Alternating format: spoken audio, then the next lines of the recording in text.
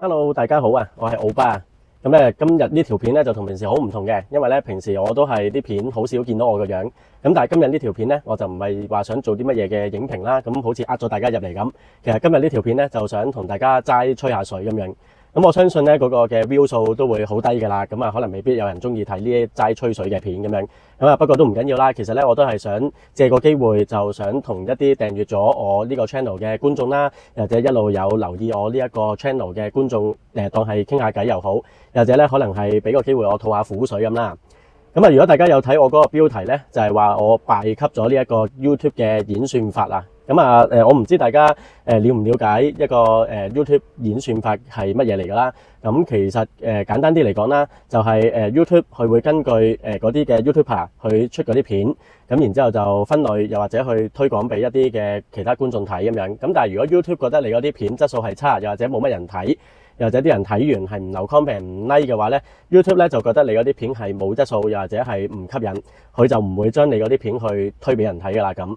咁啊，點解我話我敗給咗呢一個演算法咧？咁我一陣會再講多啲俾大家聽嘅咁。首先都同大家講翻啦，其實我開咗呢一個嘅 channel 咧都超過1年啦，1年有多嘅時間。其實一開始咧我就純粹擺喺我自己一啲打 war game 嘅片咁樣，咁之後咧我就開始會做影評啦，做下食評啦，又或者去講下我砌模型嗰啲嘢啦咁。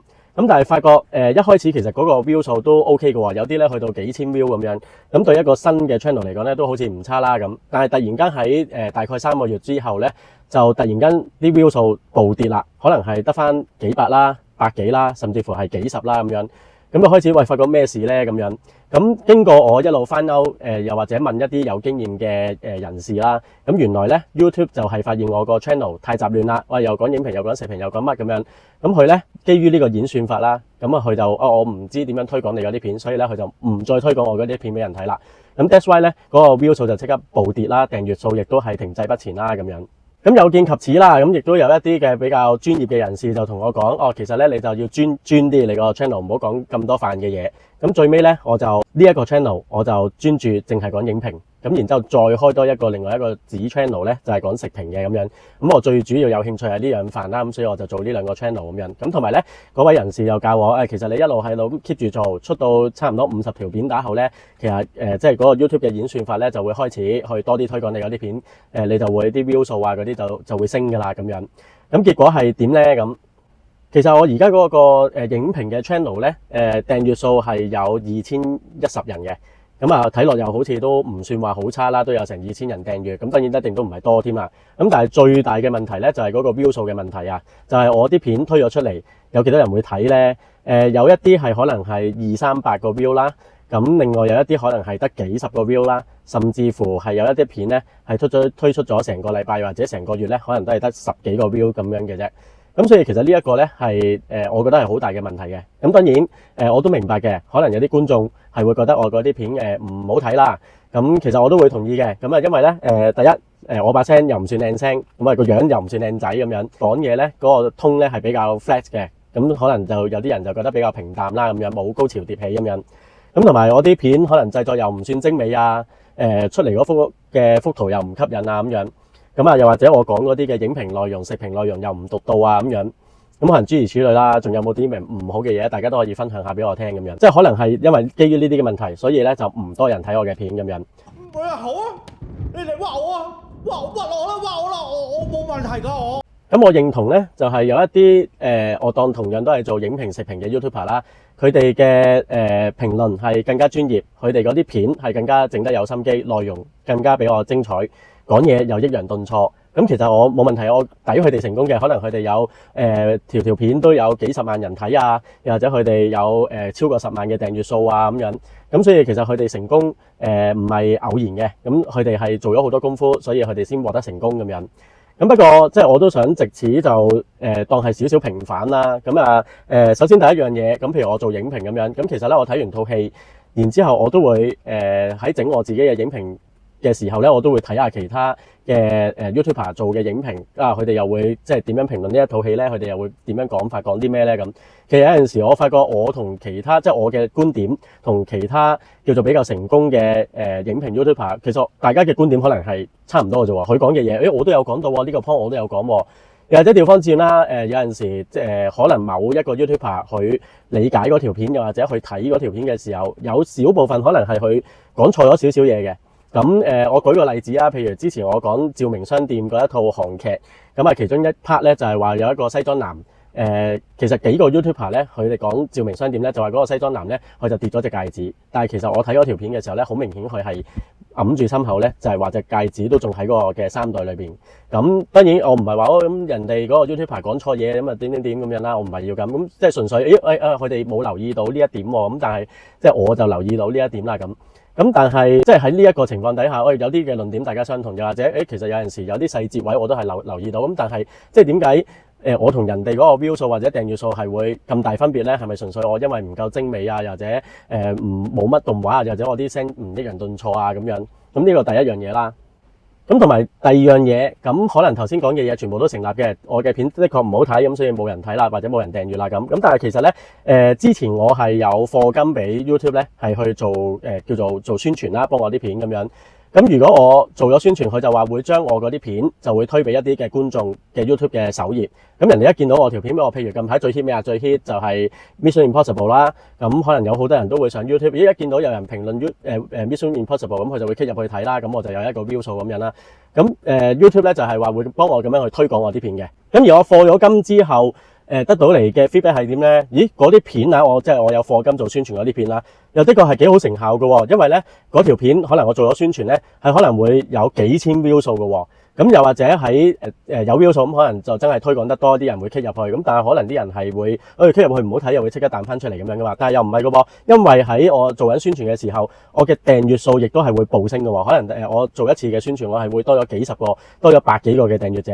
咁如果我自己嘅理解冇錯誤嘅話，咁照計就係因為我嘅片都未至於咁爛，而有啲人睇完我嘅片係覺得都 OK，所以佢哋就會訂閱我個頻道啦。咁所以我係會咁樣理解，咁即係證明話，如果有人係睇到我嘅片，咁而佢哋睇完之後，亦有部分係可能認同我講嘅觀點，又或者即係中意我嘅 style，所以佢哋就訂閱嘅話，咁即係只要有人去睇到我啲片，就應該會有view數同埋訂閱數啦。即係我嘅理解應該係咁樣啦。但係最失望嘅地方係咩咧？點解我會話我敗給咗呢個演算法咧？因為都好明顯。即係特別近幾個月啦，喺25年開始打後嗰啲片咧，其實大部分都係勁低嘅 view 數，真係有一啲係幾十啊，或者十幾啊。而我係講緊一啲最 hit 嘅一啲電影，又或者 Netflix 裏邊嘅一啲嘅影片咁樣。咁所以我最失望嘅係咩咧？即係我都覺得YouTube 係冇幫我推啲片俾啲觀眾噶啦，即係可能我都冇做宣傳，佢亦都根據佢嘅演算法覺得我啲片係唔好質素，所以佢就唔推俾其他觀眾。但係最失望係咩咧？就係我有陣時我都會 search 下我自己嘅整出嚟嘅片嘅關鍵字，譬如就係 Mission Impossible， 又或者死神來了咁樣啦。咁但係我係 search 唔到我嘅片嘅。咁好啦，即係換句話說，就係既然如果我用一啲嘅關鍵字都揾唔到我嘅片嘅話，咁何來會有觀眾見到我啲片咧？你又唔會幫我推俾其他觀眾嘅首頁，佢哋會見唔到。就算如果有啲觀眾真係 search，我想睇下臨睇死神來了之前，我想 search 下啲影評，但係都 search 唔到我嗰啲嘅片嘅話咧，其實係唔會有人接觸到我嘅片嘅喎。咁都道理好簡單啫，連 search 都 search 唔到嘅話，其實點會有人見到我嘅片？點會有人去睇我啲片？所以就個 view 數係奇低咯，可能係就係得嗰百幾個、200幾個咁樣。咁所以即係呢一個係我自己最失望嘅地方。如果你話有人 search 到我嘅片，但係佢哋已經見到喂唔吸引喎，咁啊佢又唔會 click 入嚟睇，又或者佢睇完1-2分鐘，呢條友鳩噏多我食飯，咁我唔睇啦，咁係我抵死，係我自己做得唔好。但係而家係連俾人睇到我嘅片嘅機會都完全係零嘅話咧，其實我就覺得真係我係輸咗咯。其實回顧翻點解我要即係突然間去開 channel 啦，咁即係諗翻自己做片嗰個初心啦。其實我自己都係中意發表感受嘅人嚟嘅。譬如我睇完一套戲，食完一餐飯，咁我覺得佢好唔好食，好唔好睇，其實我都會有一啲嘅感受，而我好想 share 俾一啲朋友聽。但係你正常即係平時同朋友，你唔會睇完套戲之後，喂，呢套戲好正啊，因為嗰個主角做得點啊，又或者嗰間餐廳咧勁好食啊，嗰個鮑魚咧勁爽彈啊，即係我好少噶嘛，即係你唔會拉住個朋友咁樣喺度噏噶嘛，個朋友都未必想聽啦。咁所以 that's why 就係我覺得喂 YouTube 呢個平台幾好喎，我食完嗰餐嘢，我睇完嗰套戲，我可以整一條片同人 share 我嘅感受。如果大家係認同嘅，又可能留下言啊、訂閱我啊、like 我嘅片啊。咁當然亦都有係好多唔認同㗎啦咁樣。咁但係唔緊要嘅。咁當然如果嗰個訂閱數又或者觀看時數越嚟越多嘅時候，係咪真係會可以得到 YouTube 嗰啲嘅盈利呢？又或者可能我做影評真係會有啲人可以俾我去睇嗰啲嘅優先場啊，或者媒體場啊嗰啲，又或者做食評有一啲餐廳會揾我去合作啊咁樣。其實呢都可以話係我自己做 channel 嘅一啲嘅目標啦咁樣。即係可能你會覺得話你咁樣好市儈或者乜嘢咁樣，咁但係我覺得喂，咁我哋做片又或者開 channel 都有付出，咁其實即係我又唔係話要靠我個 channel 發達，基本上冇乜可能。咁但係即係喂有人請我食飯，咁冇人唔中意㗎咁樣，咁又或者有得去一啲人哋冇乜機會去嘅譬如優先場嗰啲，咁其實喂有就梗係好啦咁樣。咁所以其實亦都係俾自己一個嘅叫做里程碑啦，喂我證明係有人注意到我個 channel，又或者認同我嘅片，咁所以咧就會揾我去合作又或者成啦咁樣。咁當然你話會唔會預計係得到好多盈利啊？咁當然一定係唔會嘅，即係我自己亦都覺得一定唔會靠嗰個 channel 可以幫我揾到好多錢咁樣。咁但係純粹係叫做有啲嘅盈利去幫我回本，可唔可以話回本？雖然我做製作影片嘅過程唔算話要花好多金錢啊咁樣，咁啊器材都有限啫，咁要買嘅器材基本上我都買咗啦咁所以其實我叫做幫補下又好，叫做有啲使費又好咁樣。但係最重要嘅就係我做完條片出嚟，見到係有人去 like， 有人去 comment， 甚至乎係 view 數好高嘅時候，咁呢一個係純粹嗰個嘅成功感咁樣咯。咁但係而家係調翻轉，特別係譬如我做影評，咁近兩次譬如死神啊，又或者Mission Impossible 咧，我其實都係咁啱 search 到有優先場。咁我見喂網上面係暫時未有人，即係未有香港嘅影評人係做呢一兩套片嘅影評。咁我即刻睇完，我即刻做，我即刻出。喂，咁仲唔到我發位係嘛？機會嚟啦，機會！咁冇人做喎，暫時係冇呢個嘅戲嘅影評喎。咁人哋一揾到我條片，唯獨是係得我一個香港嘅影評人係做咗啫咁樣。咁仲唔睇我睇邊個啊？但係結果咧，可能套戲正式上畫，有啲 YouTuber 開始睇咗，隔咗幾日之後，佢哋先再上載佢哋嘅影評，結果人哋可能有幾千 views，幾萬 views，但係我嗰條咧叫做搶閘出嘅影評咧，可能係得百幾 views 咁樣。咁呢個世界公平咩？呢個世界公平咩？呢個世界公平咩？所以其實而家即係叫做同大家傾下偈又好，或者吐下苦水都好啦。又或者其實我近排都開始有一個嘅諗法，我諗緊我繼唔繼續好。如果我繼續咁樣做落去，持續咁樣咁低嘅 view 數，當然對我其實冇影響嘅。我純粹係自己整啲片 upload 上去，當係自嗨咯。咁反正我當係一個自我嘅記錄咯咁樣。我去過邊度食飯，講下個食評，咁啊影下我同我屋企人嘅得意嘢咁樣。咁做影評，我睇過邊套戲，咁我又交 up 一下，自己做個 record 咁樣擺咗上 YouTube。咁我得閒自己又可以聽下咁樣，係可以嘅。咁但係持續地低 view 數嘅時候，其實都有陣時真係冇乜心機去做。因為譬如就算頭先我講，我睇咗套優先場，哇！我即刻要飛翻屋企，即刻做片，我即刻擺上網。但係當我有一刻諗到就係，喂，其實我咁心急擺上網做咩啫？我搶先擺上網做咩啫？最後都係得個幾十 views 啦。咁其實都唔使咁心急啦，慢慢做都未遲啦。你 view 數都唔會多噶啦。咁係有陣時真係會氣餒嘅。咁所以其實而家呢一刻我就會開始繼續諗咧，就係繼唔繼續呢一個嘅 channel 咧？咁樣應唔應該繼續自嗨落去咧？我點樣先可以扭轉呢個 YouTube 嘅演算法咧？咁樣咁所以其實而家就喺度諗緊呢一樣嘢。咁定係我開一個新嘅 channel？由頭再嚟過，斬掉重練。咁啊，其實咧開一個新 channel 咧係有着數，因為一開始嘅時候咧就反而唔使擔心 view 數。YouTube 咧好似點都會推下你啲片，所以咧頭嗰一兩個月咧係叫做蜜月期咯。可能你整一啲片出嚟咧，閒閒地都有過千嘅 view 數啊咁樣，甚至乎我之前都有一啲差唔多成萬嘅 view 數咁樣。咁但係反而係做耐咗之後就變成咁慘淡。咁我就有諗就係會唔會開一個全新嘅 channel 咁樣由頭再嚟過咁樣，再儲過啲觀眾咁樣。咁但係我又喺度諗。咁如果我而家啲已經訂閱咗我嘅2000個嘅觀眾，咁我又好似飛起咗佢哋咁。咁的確即係人數唔多，可能大家都未必會翻睇我嘅片，但係的確又有一啲嘅觀眾真係間唔中又會留下言啦，當係大家交流下咁樣。我又唔想冇咗呢一啲叫做 support 我嘅觀眾，所以我而家都仲喺度諗緊。咁我其實都好想大家俾一個意見我，其實我應唔應該繼續咧咁樣。